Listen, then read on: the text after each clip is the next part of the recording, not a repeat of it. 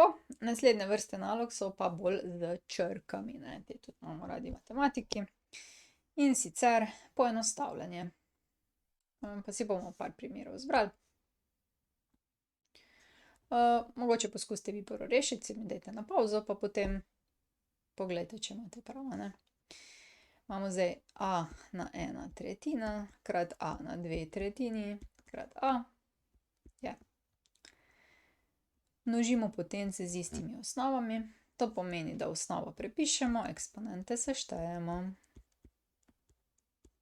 Tu, če nič ne piše, je bila potenca 1. In imamo 1/3 plus 2/3 sta 3/3, to je 1 cela, plus še 1 cela, je to a na 2 celi. Super.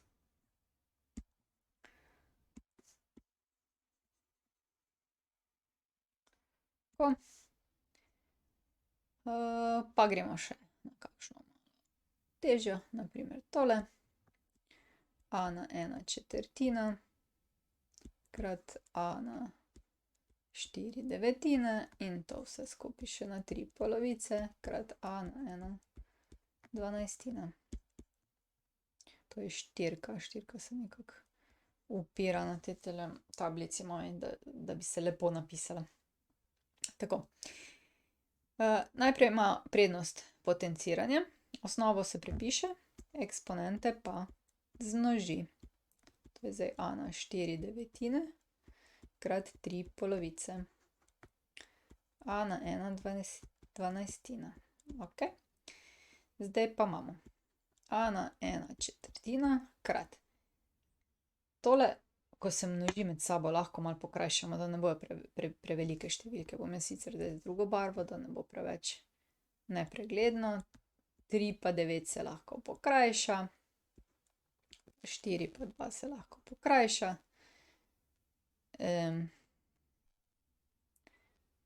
In 3 pa 9, ko se pokrajša, ostane tule tretjine, pardon, sem skoraj napako naredila. Zadnji čas sem se ujela. 2/3 je vse skupaj tole. Krat a na 1/12. Kaj pa zdaj? Zdaj so pa to potence z istimi osnovami, množimo jih, to pomeni, da bomo eksponente sešteli. 1/4 plus 2/3 plus 1/12. In to damo na skupni imenovalec, to so 12 in bodo 3/20 plus krat 4 pa krat 4 je to 8/12 plus 1/12. In dobimo, da je to a na 12/12, kar je a na 1 cela. Takole, ne. Je a na 1 cela. In dajmo še tole zdaj brisati.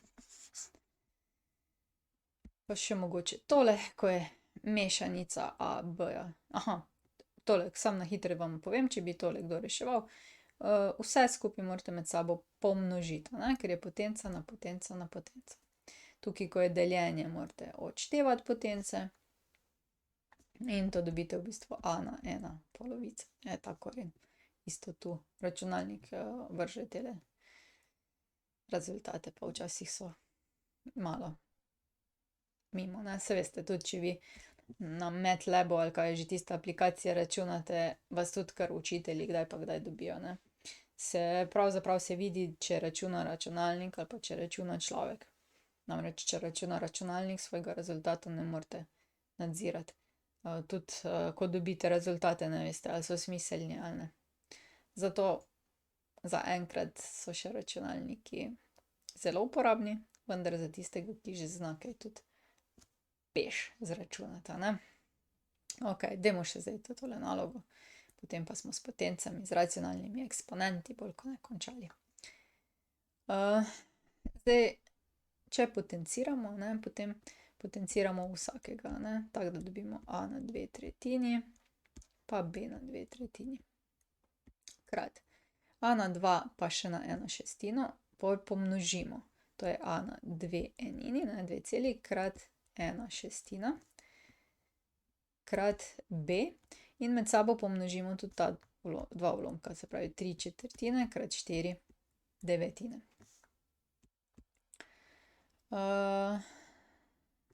Tole bomo prepisali, se pravi a na 2/3 krat b na 2/3 krat.